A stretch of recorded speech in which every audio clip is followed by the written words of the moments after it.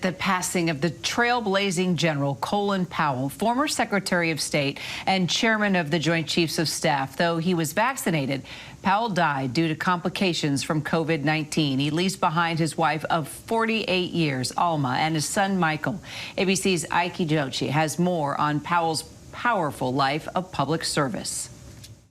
After 4 decades of public service, former Secretary of State and Chairman of the Joint Chiefs of Staff, Colin Powell, the first black man to hold each of those positions, died Monday morning due to complications from COVID-19, among other health issues. He was fully vaccinated.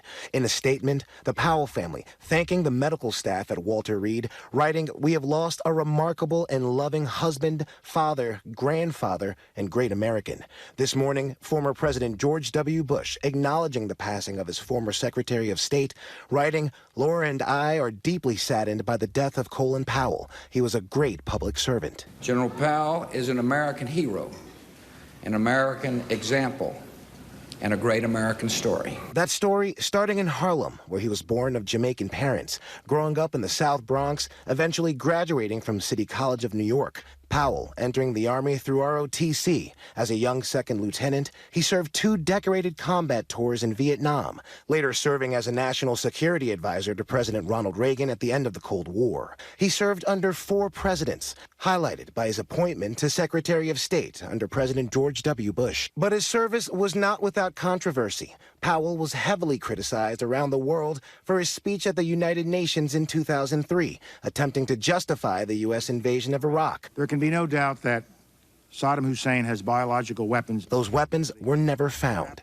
Powell said his speech about Iraq having WMDs was an intelligence failure, still highly regarded by America's political leaders, receiving the Presidential Medal of Freedom twice. He was 84 years old. A man who was respected around the globe. Quite frankly, it is not possible to replace a Colin Powell.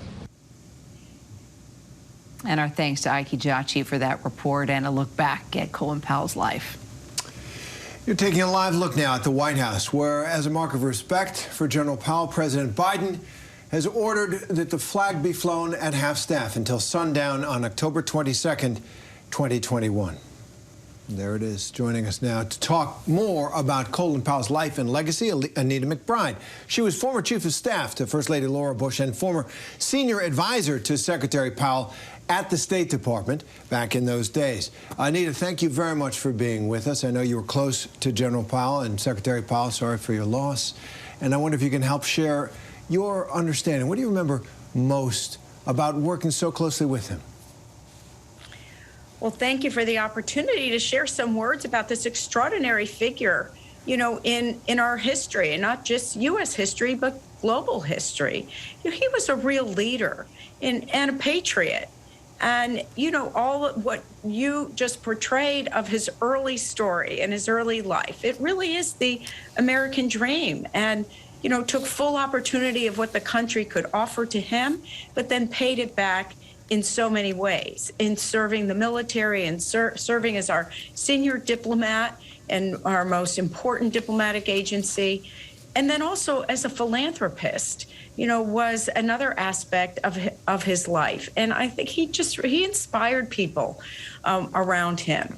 And, and he cared about the people who worked under him, whether it was in the military or at the State Department or anywhere. He really engendered incredible loyalty.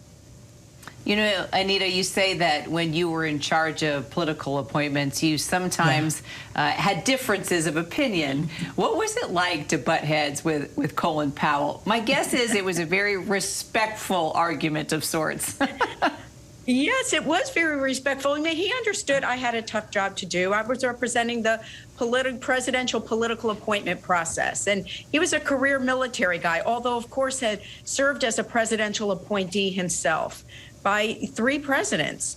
So he understood inherently there were tensions.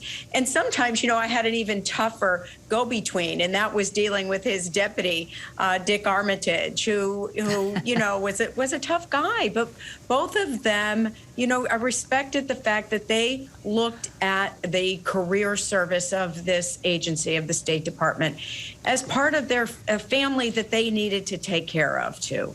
And although there could be tensions, there was always mutual respect, and we did just fine in making sure that both sides, both career and political, were well represented in that agency. And Anita, in Colin Powell's extraordinary record of service to this country, there is also that moment, that speech to the United Nations. Secretary Powell making the case to go to war with Iraq, which we later learned was based on flawed intelligence. So I understand a few years later, Powell called that a blot on his record, something that was painful to him. Did you ever talk to him about that? How do you think we should remember that part of his life? I never talked personally to General Powell, Secretary Powell, about that, but certainly I am aware of the public statements he made about it, and that it was, a blot on his career. But it really should be not what he is, fully remembered for at this point in his life, this full, incredible life of tremendous contributions to the country. And he was, he was doing what he was asked to do by his commander-in-chief with the information that was available to them at the time. We were a country at war. We were a country, protecting our safety. And there were a number of decisions that the president had to make. The secretary was there for almost all of those, of course, in that first term, and understood the difficulties that a president faces. But I would never, at the end of his life or at any point in his life, really measure, this man by one statement or one mistake. Clearly an extraordinary career of service, the youngest and first African-American chairman of the Joint Chiefs, first black That's right. U.S. Secretary of State. What was his reputation within the State Department like there, Anita, when you were there, rank and file, and what was he like as a boss? No, it's a great point. And the rank and file really respected him because they knew he was looking out for them, that he had come through the ranks himself. He understood that the incredible commitment to public service. And I'm glad you raised the point about becoming the youngest chairman of the Joint Chiefs of Staff. That was a bold move by President George H.W. Bush to do that and to appoint Colin Powell over, others that would have typically been in line given their years of service. But he was a well-respected Deputy National Security Advisor. George H.W. Bush loved him. Barbara Bush loved him. And Alma Powell saw the incredible service and life that he had committed to the country. And he led the DOD with great distinction. And he did the same at the State Department, which the rank and file and even the political appointees who did not always agree, with him, knew that this was a person of, incredible depth and experience and integrity.